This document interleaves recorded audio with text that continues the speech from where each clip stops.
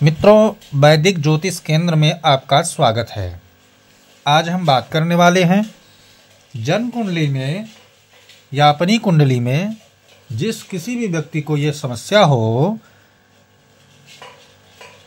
व्यापार में, कारोबार में, स्वरोजगार में, धंधा छोटा हो, बड़ा हो, उच्च बिजनेसमैन हो, अपर दर्जे के व्यापारी हो, अगर उनको मंदी का सामना करना पड़ता है, जो निवेश है वो घाटे में जा रहा है, हानि आदि का योग बनता है, व्यापार नहीं चल पा रहा है, उन सब स्थितियों के बारे में जन्म कुंडली में हम कैसे जानकारी इकट्ठा करें, कैसे जानकारी प्राप्त करें या उसका कारण ढूंढ निकालें जिसके कारण हमारा व्यापार खराब हो रहा है, हानि की स्थिति में जा रहा है, घाटा लग रहा है।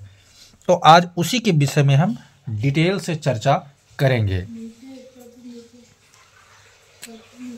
आप यहां देख सकते हैं व्यापार, कारोबार, स्वरोजगार में मंदी, हानि, घाटा, योग। जन्म कुंडली में कौन कौन ग्रह मिलकर किस भाव में मिलकर के, किस तरह मिलकर के, कौन से युति योग मिलकर के, कौन सी राशि में मिलकर, सारा विधिवत डिटेल से हम आपको समझाएंगे। चलिए वीडियो स्टार्ट करते हैं। वीडियो को बिना स्किप करके आप बार बार देखेंगे तब आपको ये पूरी तरह नॉलेज हो जाएगा कि एक्चुअल में जो व्यापारिक क्षेत्र है, बिजनेस का क्षेत्र है, वहाँ पर कौन कौन से ग्रह कार्य करते हैं और सक्रिय भावना में रहते हैं, किससे संबंधित क्षेत्र है ये। तो सबसे पहले आप यहां देखेंगे, एक नंबर के कॉलम में देखेंगे आप कुंडली में बुध ग्रह नीच, अस्त, क्षीण, अंशबल। ठीक है, नीच, अस्त, क्षीण, अंशबल। ठीक है ना, क्षीण अंशबल होकर बैठा है तो बिजनेस कमजोर, हानिकारक होता है। ठीक है, नीच कहाँ होता है? बुध ग्रह 12 नंबर राशि में नीच का होता है ये। अस्त कैसे होगा? सूर्य के ज्यादा नजदीक हो। कितने अंश नजदीक हो? 10 अंश से कम हो, यानी 10 अंश से कम। जैसे जैसे करीब में सूर्य के जाएगा बुध, वो अस्त हो जाएगा। दूसरा प्रकार का क्या है? जहां बुध बैठा है वो केंद्र और त्रिकोण का भाव ना होकर 6, 8, 12 में बैठा है, या 6, 8, 12 में बैठा है और उसके ठीक सामने वाले भाव में कोई ग्रह नहीं है तो भी वो सोया हुआ माना जाएगा। ठीक है, इस प्रकार क्षीण अंशबल क्या है? क्षीण अंशबल ये हो जाता है 0 से लेकर के 6 अंश के बीच में बैठा हो, या 28 से लेकर के 30 अंश के बीच में बैठा हो, तो ये क्षीण अंश हो जाएगा बुध का। ठीक है, ये अगर सिचुएशन, ये स्थिति बुध की बनी हुई है जन्म कुंडली में, तो आपका व्यापार, कारोबार, रोजगार, स्वरोजगार जो भी है वो सही नहीं रहेगा, हानि होगा, मंदी होगा, घाटा होगा। ठीक है, दूसरे को देखेंगे, दूसरे नंबर को। बुध ग्रह कुंडली में बुध ग्रह मंगल, गुरु, राहु के साथ है। ये 3 ग्रह ध्यान रखो, मंगल, गुरु, राहु। ये तीनों ग्रह कौन है? बुध के परम शत्रु ग्रह माने जाते हैं।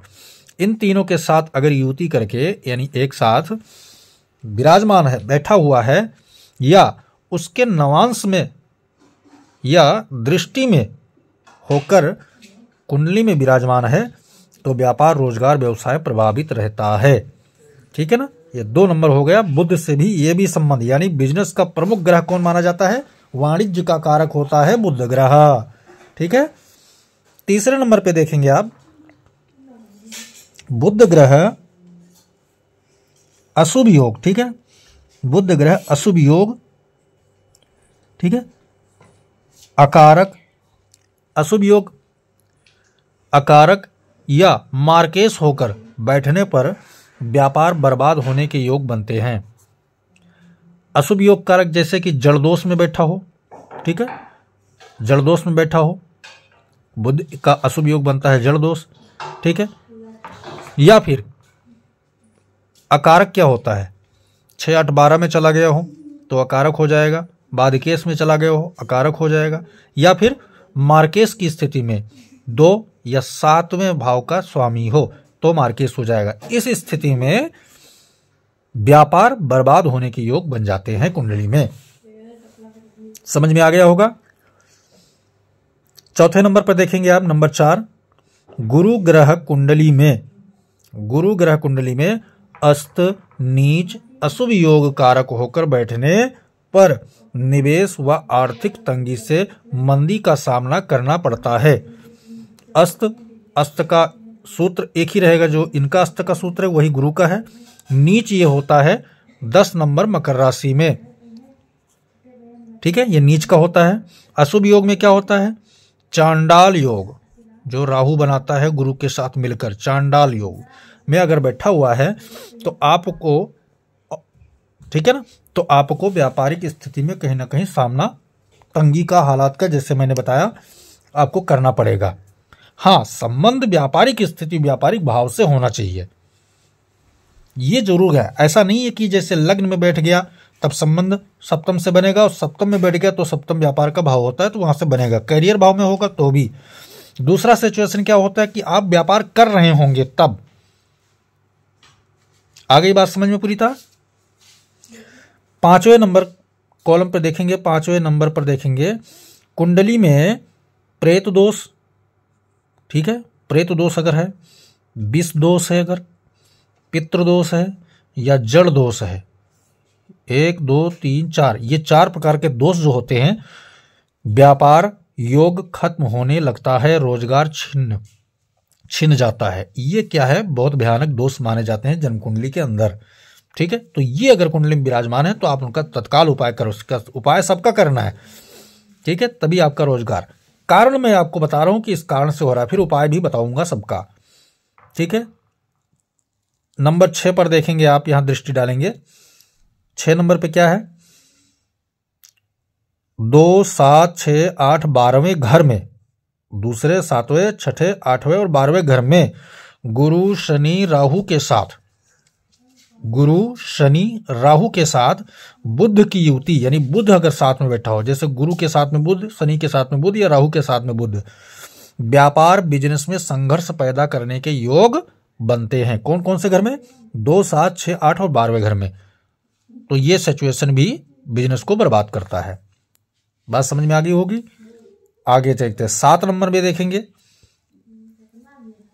7वें नंबर पे बुध गुरु शनि चंद्र, बुध गुरु शनि और चंद्र, ये 4 ग्रह अगर क्षीण अंश पर विराजमान हैं तो व्यापारिक समस्या होती जरूर है, व्यापारिक समस्या होती जरूर है। अब यहां देखिए, इनका क्षीण अंश हमने यहां भी चर्चा पहले कॉलम में भी किया था, और क्षीण अंश यहां भी, तो वहां के क्षीण अंश में, यहां के क्षीण अंश में देखो क्या है, बुध क्या है, वाणिज्य का कारक है, गुरु धन का कारक है, शनि कर्म का कारक है, और चंद्रमा जो है मस्तिष्क का कारक होता है।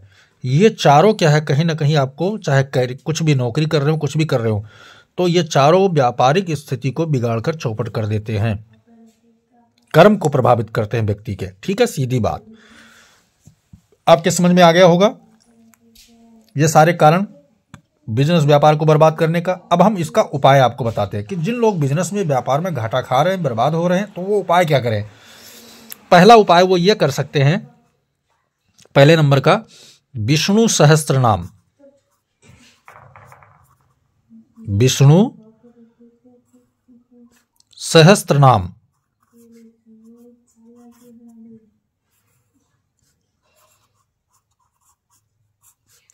विष्णु सहस्त्र नाम का जो है आप पाठ कराएं या पाठ को श्रवण करें। कितना सुनना है, 108।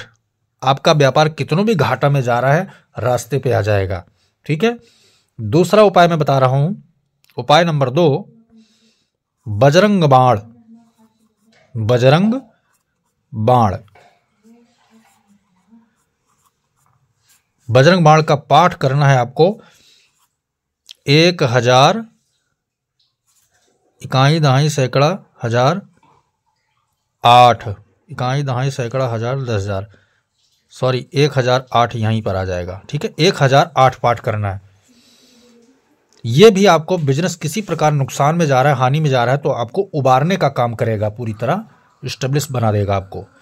ठीक है, तीसरा उपाय वो बनता है जो ग्रह कारण पैदा कर रहे हैं, उन ग्रहों के बीज मंत्र को हम क्या करेंगे, जप करवाएंगे या जप करेंगे उन ग्रहों का। जैसे बुध का तुम्हें करना है तो 9,000, ठीक है, गुरु का करना है 16,000, शनि का करना है 23,000, चंद्रमा का करना है 10,000।